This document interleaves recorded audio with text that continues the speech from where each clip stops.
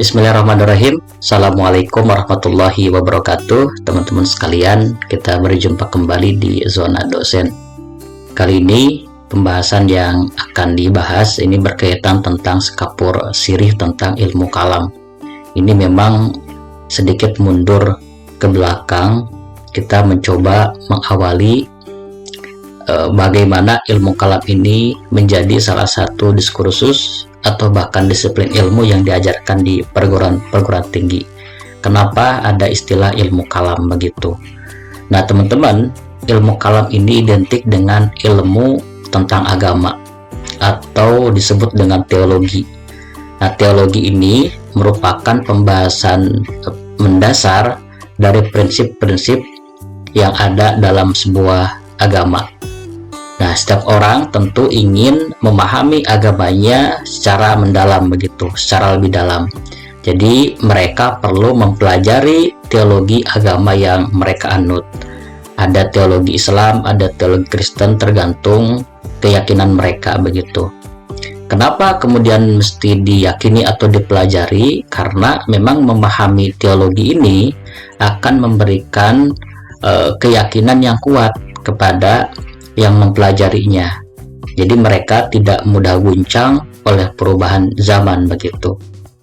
Nah, teman-teman, dalam bahasa Arab, prinsip-prinsip dasar ini disebut dengan usuluddin. Makanya teologi ini lekat sekali dengan usuluddin begitu.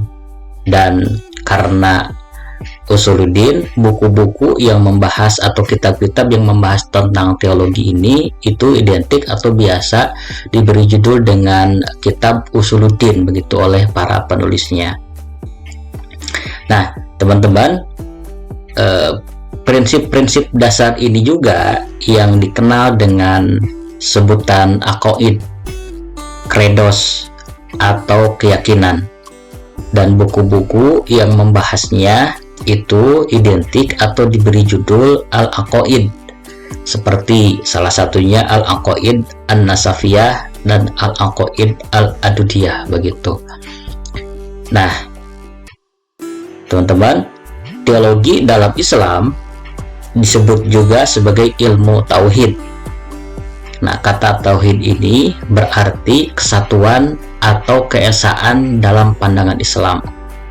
Karena Islam adalah agama monoteisme yang menekankan keesaan Tuhan sebagai sifat yang paling penting. Nah, kita tahu kalau misalkan kita baca bukunya Karen Armstrong, sebut saja misalkan History of God, sejarah Tuhan, di sana disebutkan bahwa pada dasarnya manusia itu merupakan makhluk monoteisme, meyakini adanya satu Tuhan, meyakini adanya satu kekuatan besar yang bisa melakukan segalanya.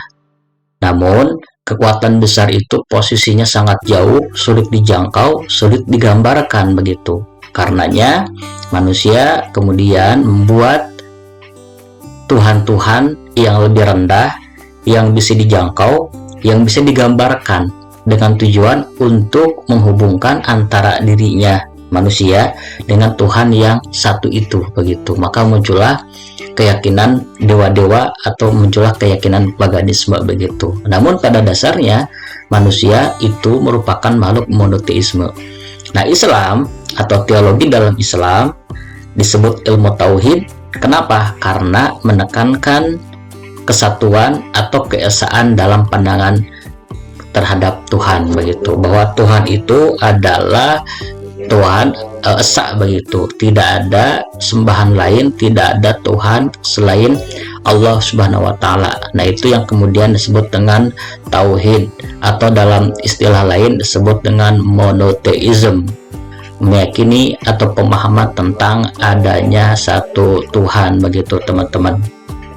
Nah, perlu diketahui bahwa kenapa kemudian ilmu atau teologi dalam Islam disebut dengan ilmu tauhid, karena sedikit banyak itu memahami tentang Tuhan, tetapi bukan dalam konteks zatnya sebetulnya, tetapi dalam konteks esensi atau substansi dari Tuhan.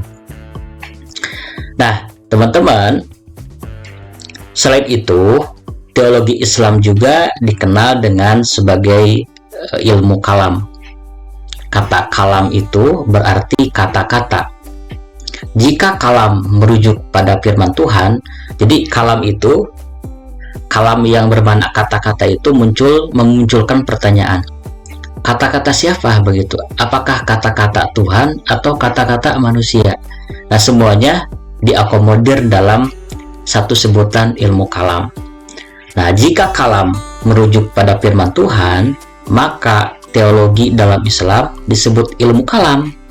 Kenapa? Karena pertentangan yang timbul dalam memahami firman Tuhan atau Al-Quran, yang kemudian telah memicu perdebatan sengit di kalangan umat Islam pada abad ke-9 dan abad ke-10 Masehi, bahkan menyebabkan penganiayaan dan pembunuhan terhadap sesama muslim pada waktu itu, begitu teman-teman. Nah, itu jika kalam dinisbahkan kepada firman Tuhan atau Al-Quran.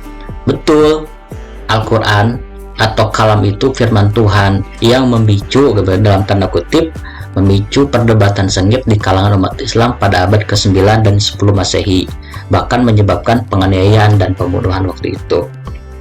Itu yang pertama.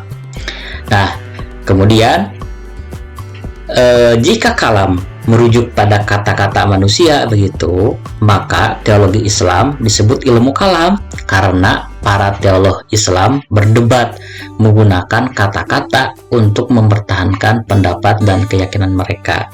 Sekali lagi, jika kalam merujuk pada kata-kata manusia, maka teologi Islam disebut ilmu kalam karena para teolog Islam berdebat menggunakan kata-kata untuk mempertahankan pendapat dan keyakinan mereka begitu.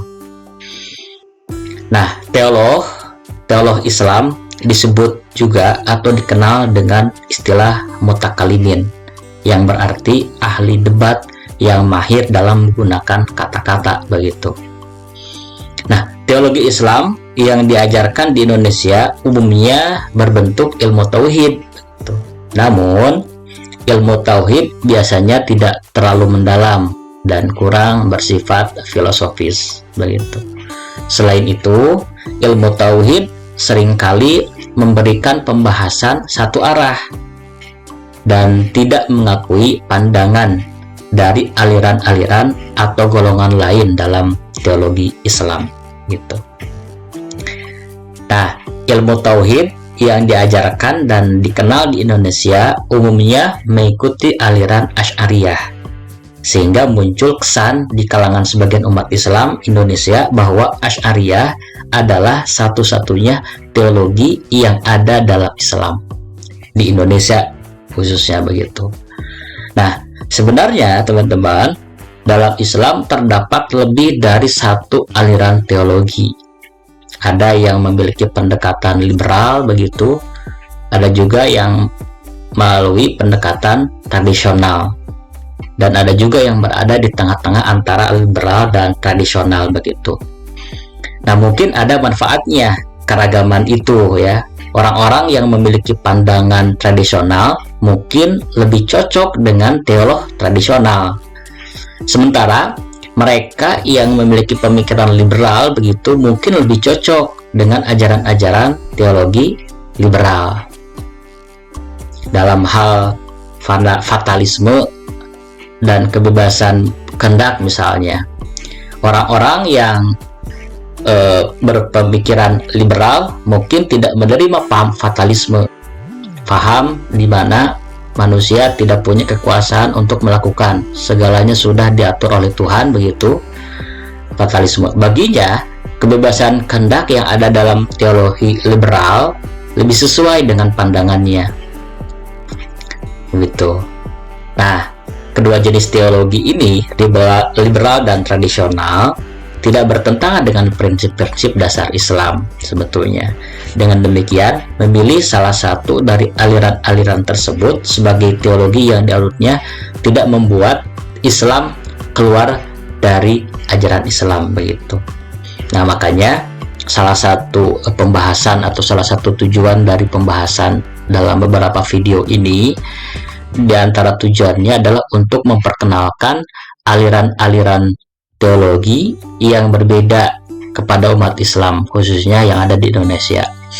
Mungkin di antara para penyimak, terutama yang mungkin ada yang berpendidikan barat, ada yang merasa ragu tentang keyakinan agamanya, dan mungkin pengenalan terhadap aliran-aliran teologi yang berbeda dapat membantu penyimak atau teman-teman dalam mengatasi keraguan yang mereka hadapi. Karenanya insya Allah akan ada pembahasan atau mudah-mudahan video-video yang disampaikan kaitan dengan pembahasan teologi atau ilmu kalam bisa berguna, bisa memberikan implikasi atau pengaruh terhadap keyakinan mereka. Sementara itu dulu kaitan dengan bagaimana sekapur sirih tentang ilmu kalam. Mudah-mudahan bermanfaat dan mudah-mudahan bisa menjadi amal jariah bagi saya untuk memberikan hasanah keilmuan tentang ilmu kalam. Sekian, assalamualaikum warahmatullahi wabarakatuh.